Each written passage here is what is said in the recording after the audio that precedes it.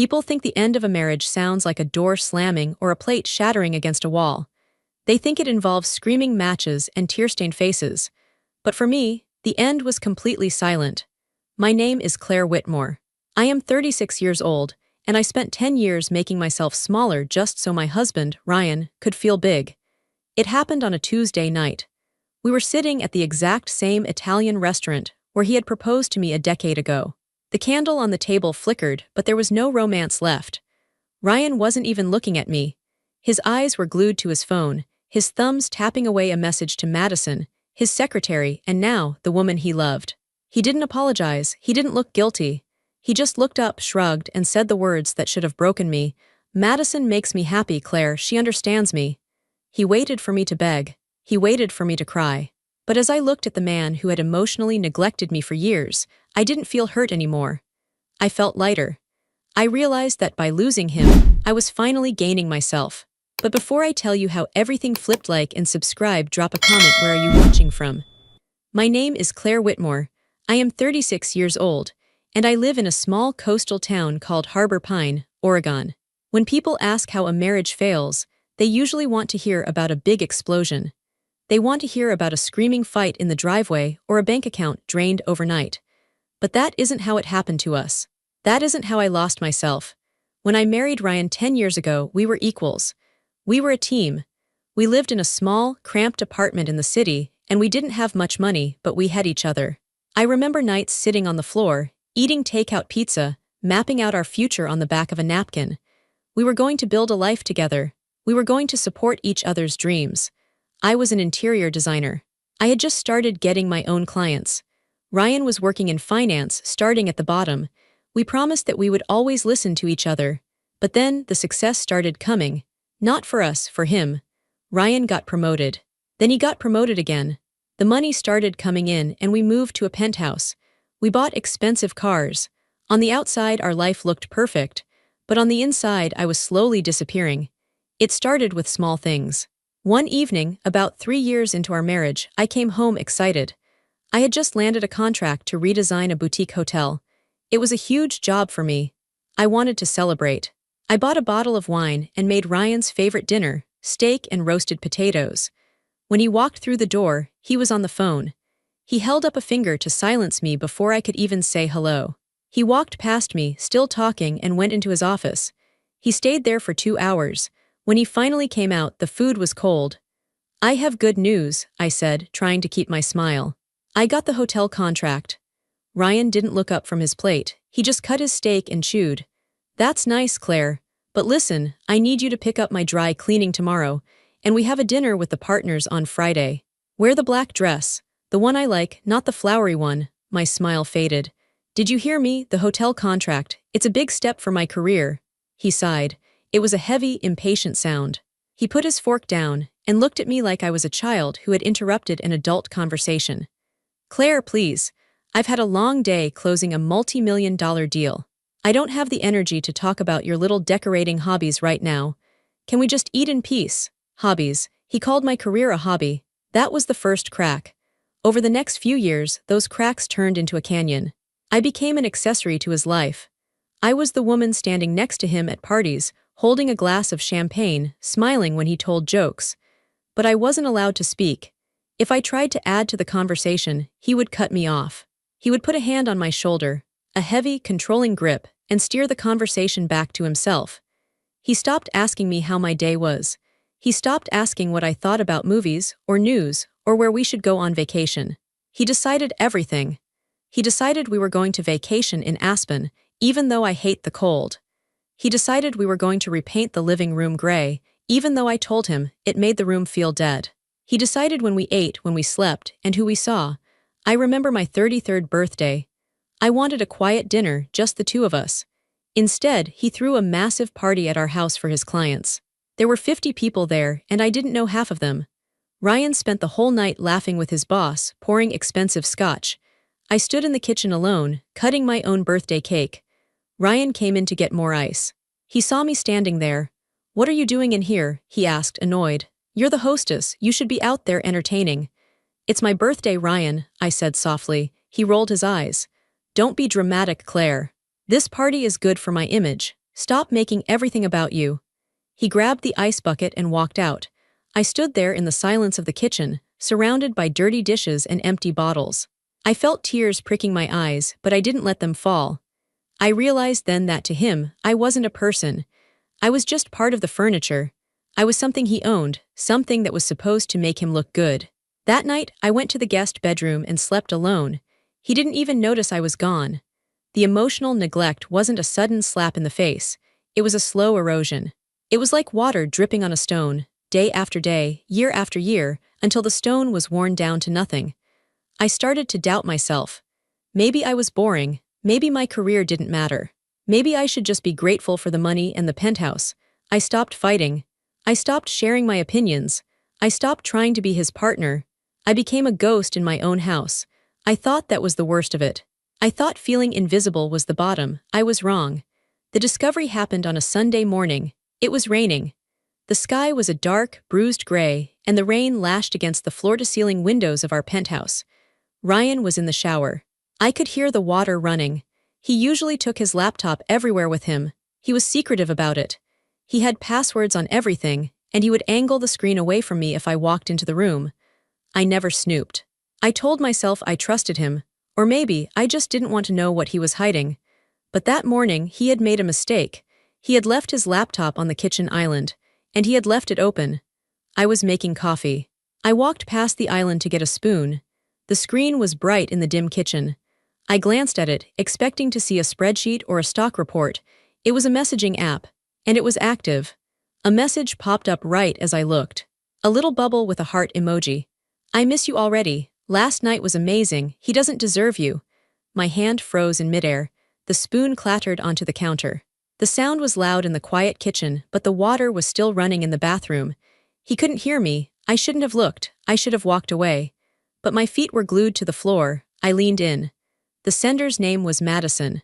I knew Madison. She was his new executive assistant. She was 24. She had bright blonde hair and a laugh that was too loud. I had met her at the office Christmas party. She had smiled at me, a tight, pitying smile. Now I knew why. I scrolled up. My heart was hammering against my ribs, a painful, heavy rhythm. The messages went back 6 months. They weren't just flirting. They weren't just about sex, although there was plenty of that. They were talking about life. Ryan told her about his stress at work. He told her about his childhood. He told her things he hadn't told me in years. Then I saw my name. "Ryan, she's just so boring, Madison. I come home and she just stares at me. She has no ambition, she's just dead weight." "Madison, you poor thing, you need someone who matches your fire, someone alive." "Ryan, I know, I'm planning on leaving her. I just need to figure out the finances first. I don't want her taking half my money." I felt the blood drain from my face. My knees felt weak, and I had to grab the edge of the granite counter to keep from falling. He wasn't just cheating on me, he was mocking me. He was discussing his exit strategy with her. He was worried about his money, not my heart. He described me as dead weight. After 10 years. After I supported him when he was a nobody. After I ironed his shirts and cooked his meals and dimmed my own light so he could shine. I felt a wave of nausea. I wanted to scream. I wanted to run into the bathroom and throw the laptop into the shower with him. But then, a strange thing happened. The panic stopped. The hurt stopped. A cold, hard calm settled over me. It started in my chest and spread to my fingertips. I looked at the messages one last time. I memorized the dates. I saw the photos they sent each other, photos taken in our car, photos taken in hotels paid for with our joint account.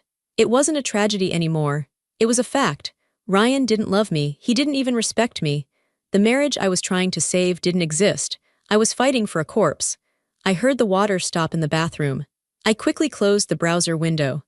I wiped the counter where I had dropped the spoon. I poured my coffee.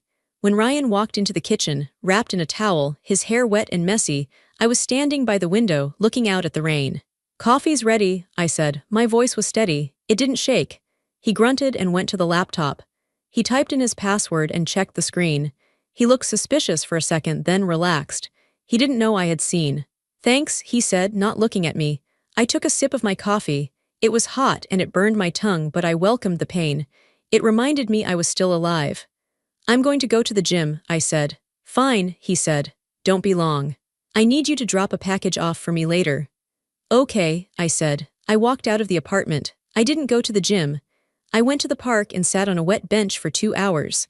I watched the rain fall on the pond. I wasn't crying. I was planning. I knew exactly what I had to do. The Ryan I loved was gone. This man was a stranger who wanted to steal my dignity and my future. I wasn't going to let him. The next morning, Monday, I waited until Ryan left for work. He kissed me on the cheek, a cold, habitual peck, and told me not to forget to call the plumber. As soon as the elevator doors closed, I moved. I didn't scream. I didn't throw his clothes out the window. I didn't call Madison and curse her out. I didn't want the drama. I wanted out. I called a lawyer I had found online, a woman named Mrs. Gable who specialized in high-asset divorces. I had an appointment at 10 a.m. I walked into her office with a folder. Inside, I had printed screenshots of the bank statements I could access. I told her everything. I told her about the neglect, the emotional abuse, and the infidelity. Mrs. Gable listened. She was a sharp woman with gray hair and kind eyes. "We can fight him for everything, Claire," she said. "We have grounds." I shook my head. "I don't want a war, Mrs. Gable. I want freedom. I want a fair settlement, but mostly I want to be gone before he realizes I'm leaving. If I stay and fight, he will try to destroy me. He enjoys the power. I want to take his power away by not reacting." We drew up the papers. I signed them. Then I went back to the penthouse. I started packing. I didn't take everything. I didn't want the expensive furniture he had picked out. I didn't want the jewelry he had bought me as apologies for missed anniversaries. I only packed what was truly mine. My clothes, my design sketchbooks, the quilt my mother made me before she passed away, my books. I packed them into boxes and labeled them efficiently. I called a moving company. They came within the hour. By 4 p.m., the apartment looked different. It wasn't empty, but my presence was erased. My side of the closet was bare.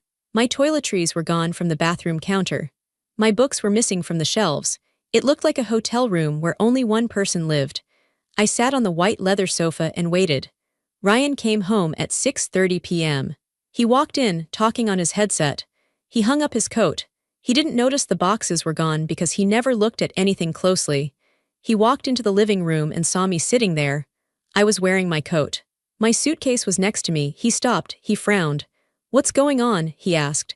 "Are you going somewhere? You didn't tell me you had a trip." I stood up. I felt incredibly calm. "I'm leaving, Ryan," I said. He laughed. It was a short, sharp bark of laughter.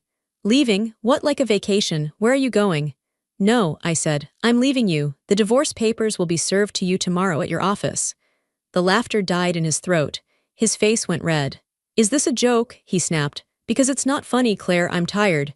"It's not a joke," I said. "I know about Madison." The room went silent. The air conditioning hummed. I watched his face. I expected him to deny it. I expected him to beg. Instead, he looked angry. He looked offended that I had found out. "So," he spat. "So you found out. Big deal. You're going to throw away 10 years of marriage because of a fling." "It's not a fling, Ryan. You told her you were planning to leave me. You told her I was dead weight." He flinched. He knew he was caught. "You were snooping." He took a step toward me, his voice rising to a shout. "You violated my privacy. You have no right." He was trying to intimidate me. He was trying to make me the bad guy. It was his classic move. I didn't back down. I didn't yell back. "I'm done, Ryan," I said softly. He stared at me. He looked confused. He was waiting for the explosion. He was waiting for me to scream, to cry, to throw things. He fed off that emotion. It made him feel important, but I gave him nothing. I was a gray rock. I was a calm ocean. "You can't just leave," he said, his voice shaking with rage. "You have nothing without me. You're a failed interior designer. You have no money. You'll be back in a week, begging me to take you back." I picked up the handle of my suitcase. "Watch me," I said. I walked past him. He reached out to grab my arm, but I stepped to the side. "Don't touch me," I said. The authority in my voice surprised both of us. He froze. I walked to the door. I opened it. "Why?" he yelled after me. "Why aren't you fighting for this? Why aren't you screaming?" I turned back one last time. I looked at the man I had wasted 10 years on. He looked small. He looked pathetic. "Because," I said, "I'm already gone." I closed the door. I walked to the elevator. I didn't look back. And as I stepped out into the cool evening air of the city, I realized something. I hadn't shed a single tear. 2 weeks later, I was driving a rental truck down the coast of Oregon. The city was far behind me. The noise, the pollution, the expensive dinners, the fake smiles, it was all in the rearview mirror. I had nowhere to go, really. I had some savings, but not enough to buy a new place in the city. Then I remembered my grandmother's house. She had passed away 5 years ago and left me her small cottage in a town called Harbor Pine. It wasn't worth much. Ryan had wanted me to sell it. He called it a dump and a waste of tax money. I had refused. I had kept it, paying the taxes quietly from my own small account. I think a part of me always knew I would need an escape hatch. The drive was long. The scenery changed from concrete highways to winding roads lined with massive pine trees. The air got cleaner. I rolled down the window and smelled the salt, the ocean. I arrived in Harbor Pine in the late afternoon. The town was small. A main street with a bakery, a hardware store, a post office, and a diner. No high-rises, no traffic jams. I drove up the winding road to the cliffside where the cottage stood. It was small. The paint was peeling, a faded yellow color. The garden was overgrown with weeds. The stone wall was crumbling in places, but it overlooked the Pacific Ocean. The view was endless. I parked the truck and got out. My legs were stiff. I stood there and listened. All I could hear was the wind in the trees and the crash of the waves against the rocks below. Silence. Beautiful silence. I found the spare key under a loose stone by the porch, just where Grandma always kept it. The lock was stiff, but it turned. The door creaked open. The house smelled like dust and old lavender. It was cold. There were sheets covering the furniture. I walked in. It felt like stepping back in time. The kitchen still had the yellow tiles. The living room still had the fireplace where we used to roast marshmallows. I didn't feel lonely. I felt safe. For the first time in years, I wasn't walking on eggshells. I didn't have to worry about Ryan criticizing my outfit or my cooking. I was the only person here. I spent the first few days just cleaning. I scrubbed the floors. I washed the windows. I tore down the dusty curtains and let the light flood in. Physical labor was good for me. My muscles ached at night, but it was a good ache. It was an honest ache. I slept in the small bedroom upstairs. The window faced the ocean. I left it open at night so I could hear the waves. My phone was quiet. I had blocked Ryan's number. I had blocked Madison. I spoke only to my lawyer. Ryan was furious, Mrs. Gable told me. He was trying to hide assets. He was telling everyone I was crazy. Let him talk, I told her. I don't care. I started to rediscover the simple things. I started waking up with the sun. I would make a pot of coffee and sit on the porch, wrapped in a blanket, watching the fishing boats go out. I found an old pair of gardening gloves in the shed. I started tackling the weeds. I found rose bushes buried under the ivy, my grandmother's prize roses. They were still alive, struggling to breathe. I cleared the vines away. I pruned the dead wood. You're going to be okay, I whispered to the roses. We're both going to bloom again. The neighbors were kind. Mrs. Gable, not the lawyer, but a baker down the street with the same last name, brought me a loaf of sourdough bread. Good to see lights in the old Whitmore place, she said. You look a bit thin, dear, eat this. It was simple, it was direct. It was kindness without an agenda. I hadn't experienced that in a decade. One afternoon, I was walking along the beach, collecting sea glass. The wind was whipping my hair around my face. I wasn't wearing makeup. I was wearing old jeans and a thick sweater. I caught my reflection in a tide pool. I looked tired. I had dark circles under my eyes, but my eyes looked different. In the city, my eyes had looked dead. Flat. Now they looked clear. They looked fierce. I picked up a piece of blue sea glass and squeezed it in my hand. The sharp edge pressed into my palm. I was alone. I was divorced. I was starting over at 36 with nothing but a crumbling cottage and a few boxes. But as I looked out at the vast, wild ocean, I smiled. A real smile. I was free, and that was worth everything. I needed money. My savings were enough for a few months of groceries and electricity, but I couldn't live on them forever. More importantly, I needed a purpose. I needed to remember who I was before I became Ryan's wife. I updated my resume.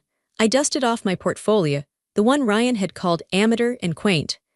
I put on my best suit, drove my rental truck into the center of town, and walked into the office of Stone and Shore Design. It was the only major design firm in the area. They specialized in coastal luxury. The building was made of glass and cedar wood, smelling of fresh coffee and blueprints. The owner, Daniel Brooks, was a man in his 50s with salt and pepper hair and hands that looked like they had actually built things, not just signed checks. He didn't look at my clothes or my ringless finger. He looked at my sketches. He flipped through the pages in silence. The silence stretched on for 5 minutes. My heart hammered in my chest. I was terrified he would say the same things Ryan used to say. I was terrified he would tell me I had no talent.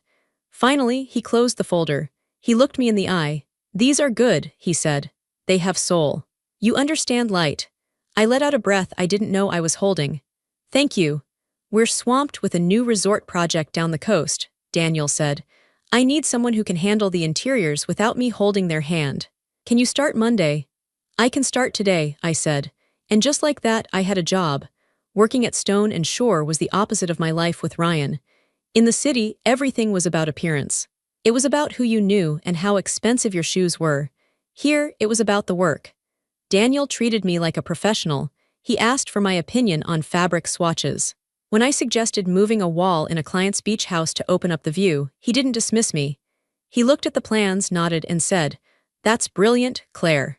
Let's do it." Hearing those words, "That's brilliant," felt like water in a desert. I went into the bathroom afterwards and cried for 2 minutes, not from sadness but from relief. I hadn't realized how thirsty I was for a single drop of respect. My routine became my medicine. I woke up at 6 a.m. every morning. I made coffee and drank it on the porch, watching the fog roll off the ocean. I drove to work with the windows down. I worked hard all day, losing myself in colors and textures. I came home, cooked a simple dinner for myself, fresh fish, vegetables, rice, and ate it while reading a book. I worked on the cottage on weekends. The cottage was transforming, just like me. I sanded down the floors and stained them a warm honey color.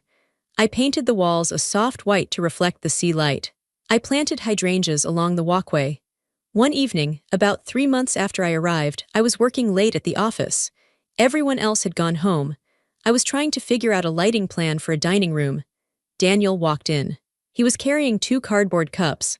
"I saw your light on," he said. "Thought you might need some fuel." He placed a hot chocolate on my desk. "Thank you," I said, surprised. "You're doing great work, Claire," he said, leaning against the doorframe. "The clients love you. You have a way of listening to them that makes them feel heard." I smiled. "I spent a long time learning how to listen," I said. "I know what it feels like when no one listens to you." Daniel looked at me thoughtfully. He didn't pry. He didn't ask for the gossip about my marriage. He just nodded. "Well, we're lucky to have you," he said. "Don't stay too late. The ocean air is better than office air." He left. I sat there with the hot chocolate, feeling a warmth in my chest that had nothing to do with the drink. I wasn't just an employee here. I was a person. Ryan had tried to convince me that I was useless without him. He had tried to make me believe that the world was scary and I was incompetent. He was wrong. I was paying my own bills. I was fixing my own house. I was making my own friends. I remember one specific Saturday. I had just finished painting the front door a deep ocean blue. I stepped back to look at it. There was paint on my cheek and dirt under my fingernails. My hair was a mess. I looked down at my hands. They looked strong. They looked capable. I realized I hadn't thought about Ryan in 3 days. The ghost was fading. 6 months after I left, the phone call came. It was Jessica, a woman who used to be my friend in the city. I say friend in quotes because she was really just someone who came to our parties to drink our wine. She loved drama. She thrived on it. "Claire," she practically screamed into the phone. "Oh my God, have you heard?" I was in the garden pruning the rose bushes. I put the phone on speaker and set it on the stone wall. "Heard what, Jessica?" I asked calmly. Snip, snip. "Ryan is getting married to that girl, the secretary." I paused. The shears hovered over a dead branch. I waited for the pain. I waited for the jealousy to twist my stomach. I waited for the anger to make my hands shake. Nothing, I felt, nothing. "When?" I asked. "Next Saturday, can you believe it? It hasn't even been a year since you left. They're doing it at the plaza in New York. A huge black tie thing. Everyone is talking about it. They're saying it's going to be the wedding of the decade." "That sounds expensive," I said. Jessica paused, clearly disappointed by my lack of reaction. "Is that all you have to say? Claire, he's replacing you. He's trying to rub it in your face." "He can do whatever he wants, Jessica," I said, cutting off the dead branch. "He's not my husband anymore. He's not my problem." "Well, I just thought you should know," she said, her voice dropping. "People are saying he looks manic, like he's trying too hard, but Madison looks like she won the lottery." "I have to go, Jessica," I said. "I have work to do." I hung up. I stood there in the quiet garden. The ocean breeze cooled the sweat on my neck. Ryan was getting married. He was standing in a tuxedo, promising to love and cherish a woman he had been sleeping with behind my back. He was probably spending a fortune on flowers and champagne, trying to prove to the world that he was happy, trying to prove he had won. But standing there in the dirt, surrounded by the smell of blooming roses and salt water, I knew the truth. He hadn't won anything. He was just repeating the cycle. He needed someone to adore him. He needed an audience.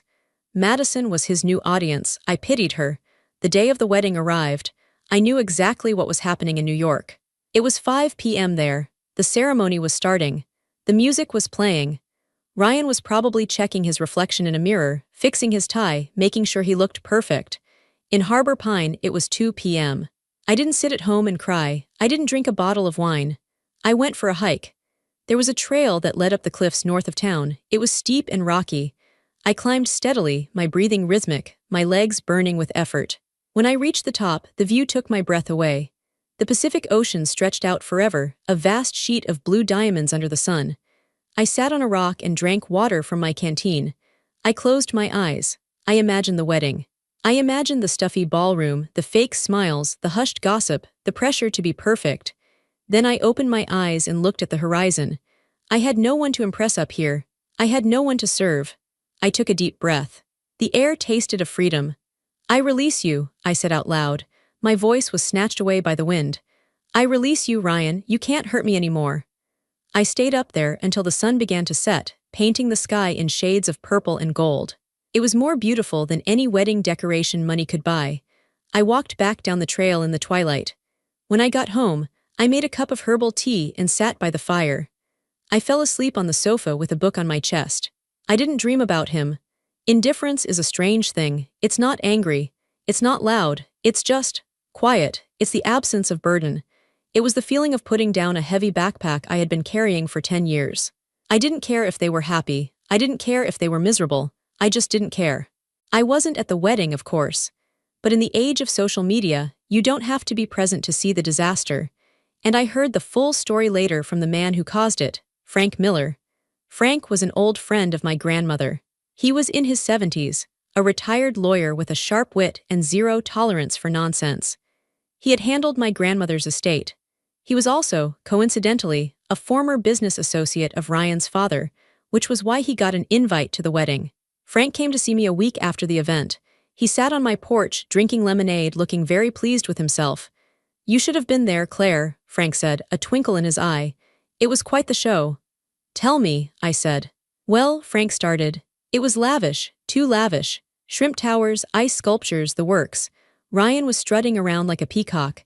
Madison was showing off a ring that looked heavy enough to break her finger." Frank took a sip of lemonade. "I was sitting at table 4, he continued. Right near the head table. Ryan was giving a speech. He was talking about how he had finally found his equal. He was making little digs at the past, talking about how he wasted time before finding true success." I rolled my eyes. "Classic Ryan." "Exactly," Frank said. "It rubbed me the wrong way. I knew how he treated you. I knew he forced you out of your home with nothing. So, later in the night, the champagne was flowing. I walked up to congratulate him. Madison was hanging on his arm. A bunch of his investors were standing around. Frank leaned forward. I said, loudly enough for the whole group to hear, "Congratulations, Ryan. It's good to see you bouncing back. Especially after losing such a fortune." Frank chuckled. Ryan looked confused. He said, "What do you mean? I didn't lose anything. I kept the penthouse. I kept the accounts." "And then?" I asked, leaning in. "And then," Frank said, "I dropped the hammer. I said, 'Oh, I don't mean the penthouse, son. I mean the coastal estate, the one Claire inherited.'" Ryan had laughed.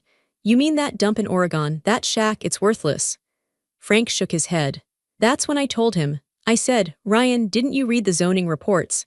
That shack sits on 5 acres of prime coastal cliffside. The town just rezoned it for luxury development. Plus, there were the stocks your grandmother-in-law left. Since you were so eager to get Claire to sign the divorce papers quickly, you didn't check the updated trust valuation. Claire is worth about 10 times what you are right now." I gasped. "You told him that?" "I did," Frank grinned. "And the best part is it's true. I finished the valuation last week. The land value skyrocketed while you were renovating." "What did he do?" I asked. "He turned pale," Frank said. "Like a sheet." He looked at Madison. Madison looked at him. You could see the gears turning in her head. She thought she married the rich guy. Suddenly, she realized the ex-wife she laughed at was the one with the real power. Frank laughed. The investors heard it too. One of them asked Ryan, "Is that true? You let a portfolio like that walk out the door?" Ryan started stuttering. He looked weak. He looked incompetent. I sat back in my chair, stunned. I knew the house had value, but I didn't know about the rezoning. I didn't care about the money, not really. But the irony was delicious. Ryan had always valued people by their net worth. He had discarded me because he thought I was low value. The whisper spread through the room like wildfire, Frank said. People were whispering, "He let her go. She's the wealthy one. He made a mistake." The narrative changed in an instant. He wasn't the successful tycoon upgrading his life. He was the fool who threw away a diamond to pick up a rhinestone. Frank patted my hand. It was poetic justice, my dear, the look on his face. He realized that by trying to crush you, he had actually set you free to prosper. And he was left with the bill for a wedding he couldn't really afford, with a wife who only loves money, realizing he let the real money walk away. I looked out at the ocean. "I didn't even know," I whispered. "That's why it worked," Frank said. "You won because you didn't play his game, you just lived your life." The fallout wasn't slow. It was an avalanche. After Frank's revelation, the wedding reception had descended into awkward chaos. But the real damage happened an hour later. Someone, a guest, probably a teenager, had been recording on their phone when Ryan lost his temper. The video went viral on Monday morning. I saw it on my laptop at work. The title was "CEO Meltdown at Wedding." In the video, Ryan was red-faced, screaming at a waiter because the wine was the wrong vintage. But it wasn't about the wine. It was clearly about the pressure exploding inside him. He threw a glass. It shattered against the wall. He screamed, "Do you know who I am? I am the one in charge. Everyone listens to me." Madison was in the background, trying to calm him down, looking embarrassed. He shoved her hand away. "Get off me," he yelled at his new bride. "You're just as useless as the rest of them." The room went dead silent. The camera zoomed in on Madison's face. She looked horrified. She looked trapped. I paused the video. It had 2 million views. The comments were brutal. "What a psycho. I feel bad for the new wife. This guy manages money. I wouldn't trust him with a piggy bank." The internet is a cruel judge. Ryan's carefully crafted image of the cool, collected businessman was destroyed in 30 seconds. But the internet wasn't the only thing reacting. The market reacted. Ryan's firm relied on trust. Investors trusted him to be stable. A man who screams at waiters and shoves his bride on his wedding day does not look stable. By Wednesday, 3 major clients had pulled their accounts from his firm. By Friday, the board of directors asked him to step down for personal reasons. He was fired. Then came the calls. My phone started ringing on Saturday morning. It was a number I had blocked, but he was calling from a new one. I knew it was him. I let it go to voicemail, then another call and another. Finally, I picked up. I didn't say anything, I just listened. "Claire," his voice sounded ragged. He sounded drunk. "Claire, don't hang up." "Please, what do you want, Ryan?" I asked. "It's all gone," he said. "They fired me. Can you believe it, after everything I did for them?" "I'm sorry to hear that," I said. I wasn't being sarcastic. I was genuinely sorry for him, in a distant way. It's sad to watch a building collapse, even if you hated the architecture. "Madison left," he said. A sob broke through his voice. "She packed a bag yesterday. She said she didn't sign up for this. She said I humiliated her." "I'm sure that hurts," I said. "I made a mistake, Claire," he said. He was crying now. "I made a huge mistake. You were the only one who was real. You were the only one who actually loved me, weren't you? Not for the money, just for me." "Yes," I said. "I did love you, but that was a long time ago." "We can fix this," he said, his voice rising with desperation. "I can come to Oregon. We can start over. I know you have money now. We can build something huge. With your design eye and my business brain. Claire, please, I need you." There it was, I need you. Not I love you, not I'm sorry. He needed a life raft. He was drowning, and he wanted to drag me back into the water to keep himself afloat. He wanted my stability. He wanted my new wealth. I looked around my living room. The sun was shining on the honey-colored floors. The fire was crackling. My life was peaceful, it was clean. "Ryan," I said gentle, "you don't need me, you need to learn how to be alone." "Don't do this," he screamed. The anger was back. "You owe me, I made you." "Goodbye, Ryan," I said. I hung up, then I blocked the number. I sat there for a moment, listening to the silence. He was right about one thing. His world had unraveled. Without a woman to prop him up, without an audience to clap for him, He was just a sad, angry man in an empty penthouse. I felt a deep sense of closure. The monster wasn't under my bed anymore. The monster was just a man on a phone, miles away, and he had no power over me. It has been a year since the wedding. Life in Harbor Pine has settled into a beautiful rhythm. I am now a partner at Stone and Shore Design. My name is on the door, Brooks and Whitmore. Daniel and I work together every day. It's strictly professional, but it's the healthiest relationship with a man I've ever had. We respect each other. I used some of the inheritance money to start a scholarship fund for young women in design. I didn't want to hoard it. I wanted it to grow. My garden is fully in bloom now. The roses that were once buried under weeds are vibrant and red. They climb the stone wall, strong and thorny and beautiful. I bought a dog. A golden retriever named Barnaby. He follows me everywhere. He sleeps at my feet while I work. I hear about Ryan sometimes, through the grapevine. He had to sell the penthouse. He moved to a smaller city. He's working a mid-level job. Madison filed for an annulment. He is living the life he used to threaten me with, a small, obscure life. But I don't feel glee. I don't sit around laughing at his misfortune. Honestly, I rarely think of him at all. Revenge isn't about destroying someone else. That takes too much energy. That keeps you tied to them. Real revenge is being happy.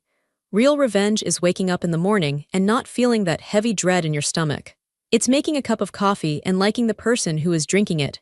I stood on my porch this morning. The ocean was rough, the waves crashing high against the cliffs. The wind whipped my hair across my face. I am 37. I am divorced. I am alone in a cottage on the edge of the world, and I have never been more whole. I didn't destroy Ryan's life. I simply stopped saving it. I stopped being the glue that held his fragile ego together. And the moment I stepped away, he fell apart. I took a sip of my coffee and smiled at the sea. Sometimes, the quietest revenge is choosing yourself. If this story spoke to you, like, share and comment. Are you ready to walk away too?